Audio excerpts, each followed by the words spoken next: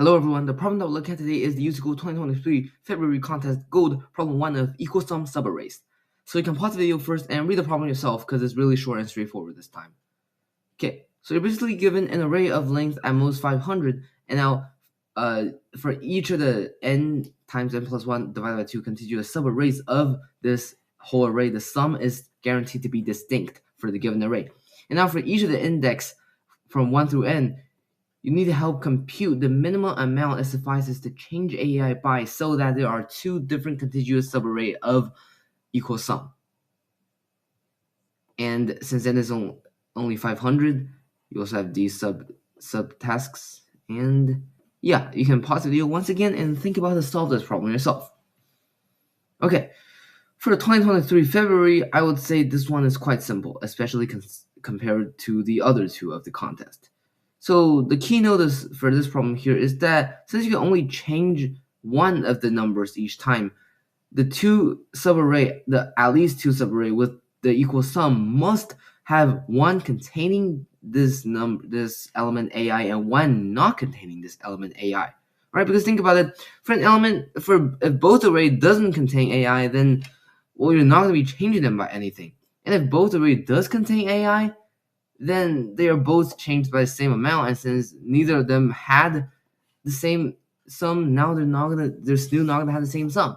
So essentially, you're trying to find two arrays, one containing AI and one not containing AI, to have the difference being the value you're trying to change AI by. So now you change the problem into finding two different contiguous subarrays such that the difference between the sum of these subarrays are the smallest, and you have to make sure that one of them contains AI, one of them does not.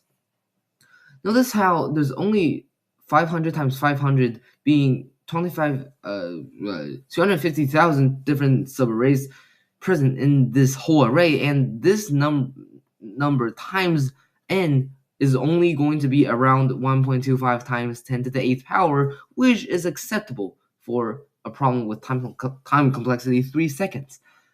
So we have a basic algorithm for each of the elements, we iterate through every single subarray, and then checking whether it contains I, and then finding the nearest one. If it does contain I, we find the nearest one that does not contain I, or if it doesn't contain I, we find the nearest one that does contain I. However, notice that there's two ways to achieve this, and both will have to have a complexity of over n to the 3rd power. Because the first way is we sort all the subarrays containing AI and not containing AI, and then finding the nearest. And the second way is to just iterate through all the subarrays twice for each element I, which both have way too high of a time complexity. However, notice that we can actually do the sorting process beforehand. So basically, what I did here is I found out all the subarrays and stored them into a structure where the struct has 3 elements: the value of the subarray, the starting point, and the ending point. And then we sort the subarrays ascendingly by the value, the sum of this subarray.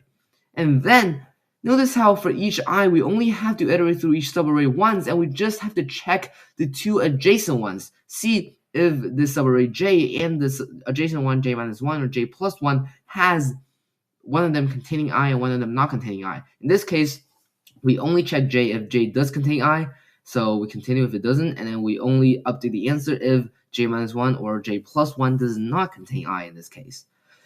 And how do we know it's correct to only check the adjacent two? Well, think about it. Since we iterated through every single subarray, say the optimal answer is not adjacent. Say the optimal answer is, well, maybe k and k plus 1. Well then, k plus 2. Well then, no matter what k plus 1 is, no matter if k plus 1 contains I or not contains I, say if it does contain I, well, since we know k and k plus 2, one of them contains I and one of them doesn't, well then, if it does contain I, it can just be grouped with the one out of the k or k plus 2 that does not, and if it doesn't contain I, well, it can be grouped with the one out of k or k plus 2 that does contain I. So, essentially, we'll always be able to find an adjacent to with the optimal sum. Even though this is kind of counterintuitive, at least for me, I don't know for you guys, but after some proving, you can see that it is true.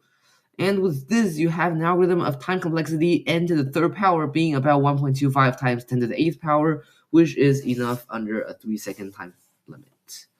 And the code is Very, very short and simple for a 2023 February. Okay, thank you for watching, and I hope after this video you'll understand how to solve the USACO 2023 February contest gold problem 1 of equal sum subarrays. Thank you for watching, and I'll see you next time. Alright, that was all for the problem review, and if you're just looking for the solution of this problem, that is it, and you can go ahead and click out of this video. Now it's time for the grind report, or should I call it a slack report now? I've been slacking off so much it's not a grind anymore. So remember how about a week ago I said I'm going to record a video every single day again? Well, you guys can see how that went. So now, since USACO is in literally 2 days, and it's going to be my first gold ever, I don't want to just get a 0 on it. I mean, it's the first gold contest, so I'm still kind of studying a bit, I guess. Now that there's 2 days left, I really started. Yeah, how effective. So what I did today was I mocked the literally easiest platinum there is. I'm pretty sure everyone can agree on that because, first of all, it is the first platinum that there ever was. And even Brian Diaz himself said we might need to turn up the difficulty of platinum by a notch. See, even Brian D himself said this contest was too easy, which he never does that. Like, look at 2025 February. He did not say that when the silver was like easier than bronze. Okay, so this platinum is exceptionally easy. People have agreed on the difficulty being probably a sub gold. I would say it's sub silver. But guess what? Couldn't solve it. I couldn't solve it even though it's sub silver. Max flow, it was template LCA, so nothing to say about it. I solved that one, nothing to say about it.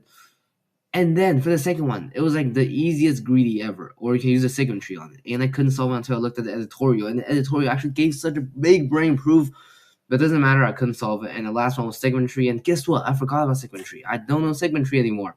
And now it just shows even more how urgent it is to get segment tree back into my inventory again. So for all you fellow YouTubers or YouTube watchers watching this video right now, please type in the comments or anything, just like remind me.